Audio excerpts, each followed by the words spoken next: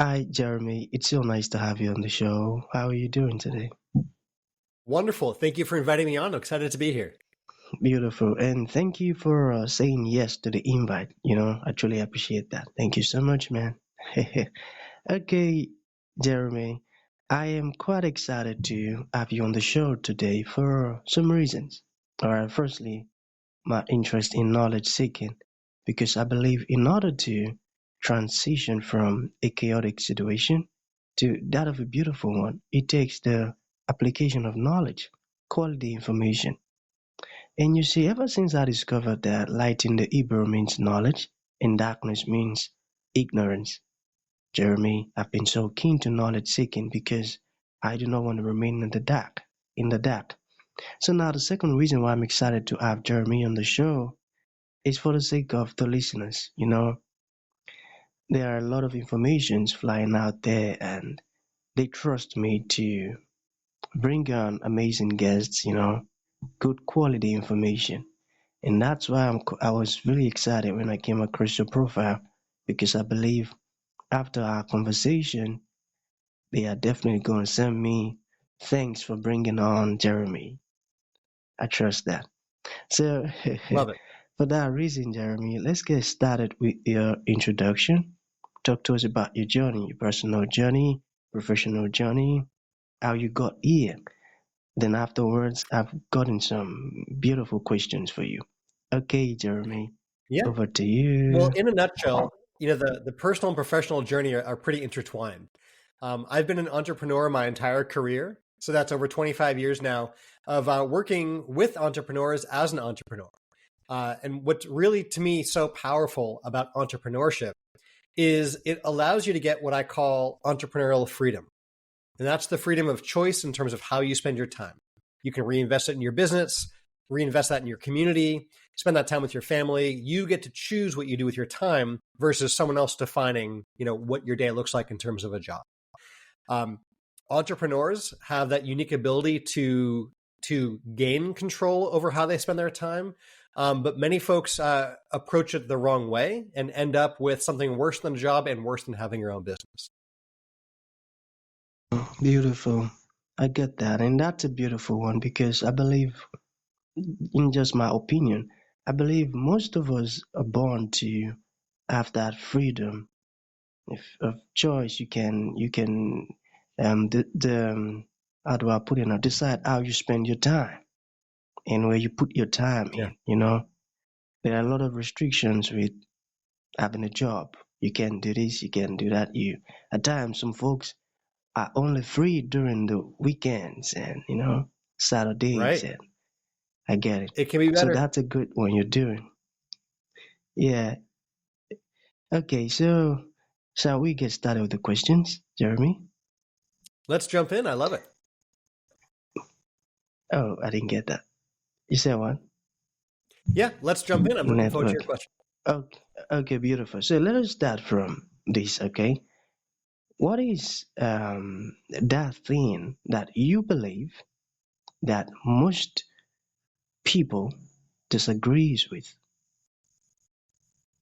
That's a really interesting question because there's a lot of popular beliefs out there, and one of them, especially in the world of entrepreneurship or starting a business, is this idea that when you're sleeping or you're not in front of your business, your competition is out there taking your customers and building a bigger and better business. And that's a real scarcity based mindset that can cause a lot of anxiety in entrepreneurs, especially because so much of what we hear out there supports this hustle mentality, supports the idea that you should be busy, busy, busy and competing with others for just how busy you are. So I've strongly disagreed with that. I'm a big believer in the anti-hustle approach, which is that you can build a business that supports you and your life and your community and can create jobs and serve clients and take care of customers and all those things, but not have that be, 26 hours a day, 8 days a week, but have that, be a business that supports you with the time that you want to invest in it.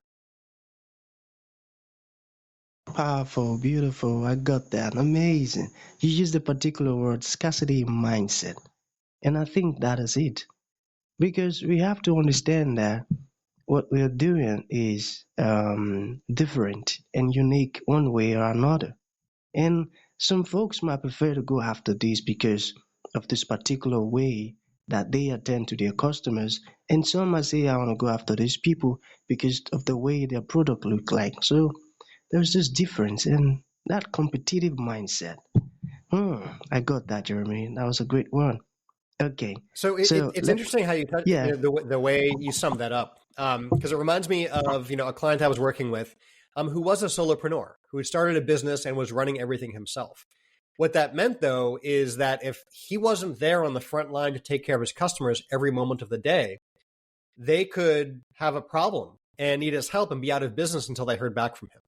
Now, this was a guy who loved the outdoors, who loved nature, who loved mountain biking, but he couldn't get out there because there wasn't much cell phone coverage where he'd like to go play. But being out on his bike was good for his physical health, his mental health. That's where he got great ideas. That was fresh air. It was wonderful in so many important ways. But he couldn't do that because he was hustling and so committed to being there for his customers. Now, this isn't an either or, right? So we were able to expand him beyond being just a solopreneur and simply hire an outsourced frontline customer service person. This got him back 8 hours of frontline work a day where he had to be there in front of his customers so that he could spend that time growing the business, working on sales, product roadmap, and all those bigger, more important things in the business, as well as getting back into the outdoors, getting that fresh air and that mental and physical space he so much needed. And so that one little change started him on that journey from being a solopreneur to being a true business owner.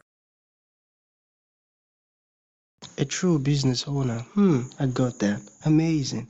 So let us talk about the concept of mastermind and where did it come from and how is it being misused today? Yeah, so the whole idea behind the mastermind actually goes back to Napoleon Hill when he first wrote and published Think and Grow Rich back in the 30s. So almost 100 years ago, this book came out, but it's been such an important seminal work that we still follow in those footsteps even to this day. So when Napoleon Hill laid out this idea of a mastermind, the concept is around getting one or more people together in the room at the same time, working in harmony towards some common goal. Right. So in the case of the Bay Area Mastermind and our groups, this is like-minded business owners and entrepreneurs on that journey of entrepreneurship. Everyone is seeing success in their own way, right? So the journey is the same, but how everyone is getting there is a little different. And so when you have people sharing what's working, what's not, where they need help, you're able to get unstuck. You're able to be unblocked from whatever that challenges that you're facing. And on the flip side, as you have big wins and successes, you're surrounded by folks who want to celebrate you, whereas others might not understand what you're going through. Like-minded individuals are there to acknowledge all the hard work you've done, support and celebrate that with you along the way. But really the biggest thing that Napoleon Hill found in these groups and that we see again and again in our mastermind groups is that when others are sharing what's going on in their world and their business, you're getting a real look behind the scenes. This is where you find out about the things you didn't know about. This is where you get the ideas and the inspiration for new sales channels, new products, new marketing strategies, new businesses. These are where all those big pivots and ahas come from, is everybody else sharing what's really going on in their business in that closed door setting where it is a safe place to do that and get that support, acknowledgement, and peer advisory we all so much need. Amazing. I got that. Okay. What are some tactical ways to grow a business these days? And you see, I think this is a very important question because there might be some folks listening right now and they're desperately in need of answer. So I want you to talk about that, Jeremy. Yeah, so there's, I want to divide this into sort of two phases, right? One is, for the folks who are looking to launch a business, right? You don't have something that's working yet, but you want to do that, right? So we could do a whole separate episode just about that, but let's focus on that second phase. For business owners who are seeing success in a certain area, but they're plateaued, right? Or it's no longer working and they want to keep growing, right? What's important there is that means you have a product or service, you know how to sell it and you have sold it, but you just want to do more of that. So one of the most powerful and tactical strategies we've seen for getting unblocked in that way is getting the exposure to what others are doing that is working well in their business. So I'll share with you a quick story. I love seeing these conversations in our mastermind groups. We had one business that was like a retail brick and mortar store. They had a storefront. So they had customers walking into the shop, buying things over the counter. And this business would send out direct mail, right? They would send mail out to a list to get people to come into the store. Now, across the table, you had an e-commerce business owner. They were running an online store, running pay-per-click advertising, right? And bringing in new customers to their website who would opt into an email list and get email marketing. And so they were building their business through online strategies. Now, from the conversations from these business owners sharing what was working for them in their business, really good questions got asked. And so between each of those 2 months meetings, the retail store owner started collecting email addresses from customers and using email marketing. And much like the e-commerce store owner, every time they sent email out, new sales and new money would come in because they added a new sales channel. Now, on the flip side, the e-commerce store owner, they started using the best strategies from the retail store of direct mail. So next thing you know, the e-commerce store owner got introduced to list brokers and print houses and direct mail, contacts and so forth, and was able to start sending out mailers to people who'd never heard of their online business before and started getting new customers via direct mail. So here were two businesses successful in different ways that were sharing what was working. They each got to ask the questions about how the other one was doing that, right? Not looking online or reading in some forum or reading a book, but talking face to face with someone else seeing success and getting all the inside track secrets on how to do that. They implemented each other's strategies and they both grew simply by adding that additional sales channel on. Amazing. I love that example. I love that you made reference to that. I got that.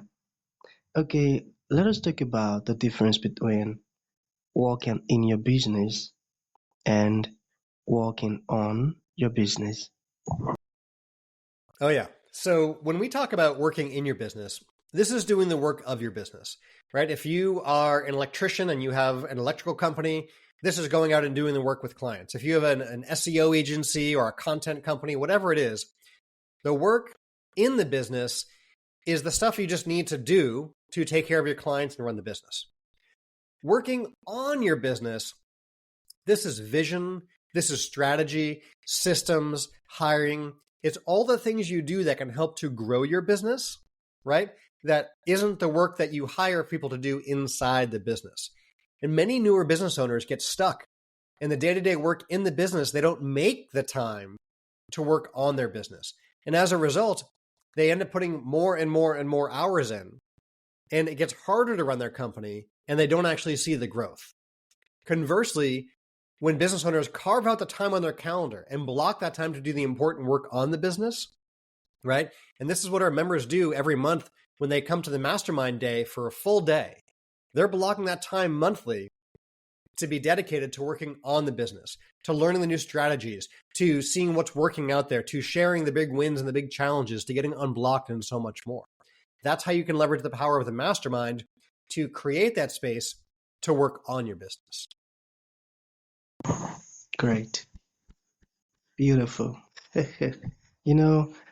I feel so excited when I get to learn something new and insightful words, I tell you. Okay, so we have two more questions to go, Jeremy. Can you tell us more about your infamous FAQ, frequently asked questions, to increasing profits in a business? Oh, love it. So when we're working with the business and revenues have plateaued or they're looking to grow, right? There are three levers we can pull. And, I call those my FAQs to increasing the profitability in your business. We don't have time to dive into all of those, but at a top level, the F is for frequency, right? The A is for amount, and the Q is for quantity. Those are three different levers that if we adjust any one of those, we can grow the business and grow the profitability. So most of the time when you hear about growing a business, or what most people look for to grow their business, is Q, right? They're looking to increase the quantity of transactions. And that just means you're getting more customers. You're getting more people to buy from you for the first time. That's great, right? That's what marketing does, is it gets you in front of more people who can buy from you. And there's a lot we could talk about there. But F is a really fun one as well, and that's frequency. And I'll give you just, two quick examples of what you can do to increase the frequency of transactions that a customer has with you, right? One is when you add continuity into your business, right? That means a customer is coming back and transacting with you again. So this can be a subscription program you start offering, right? Or anything where a customer is getting access to maybe a membership site or a membership platform or your online content, but they're paying you monthly, weekly, or something ongoing, right? That takes a one-time customer and turns them into a repeat customer, which increases the frequency, right? One of the other strategies, and I have a ton of these, I can share with you offline for our listeners, you can do to increase the frequency is you can also have offers that bring a customer back, right? So this is engaging with your customer list. Just like that retail store owner who had customers come in once and then maybe not come back again, by putting strategies in place to email back out or reach out to your existing customers, you can bring that back in to buy a new product you roll out, to take advantage of a new promotion you have, or any of these things. So when you market to your existing customers for an additional transaction, you're increasing the frequency with which one customer purchases from you. Wow, I got that. Beautiful. So to bring this to an end, Jeremy, what would you like to leave the audience with, like a final thought? And to those who would like to reach out to you, learn more about what you're doing, you've said so many amazing stuffs today, and it resonated, and they would love to learn more. How can that be possible? Yeah, for sure. So, as a closing thought, I would remind our business owners that are listening that you're not alone. People for thousands of years have been running businesses. There are people who face the exact same challenges you're facing, have felt as stuck as you might feel stuck, and they've found their way through it.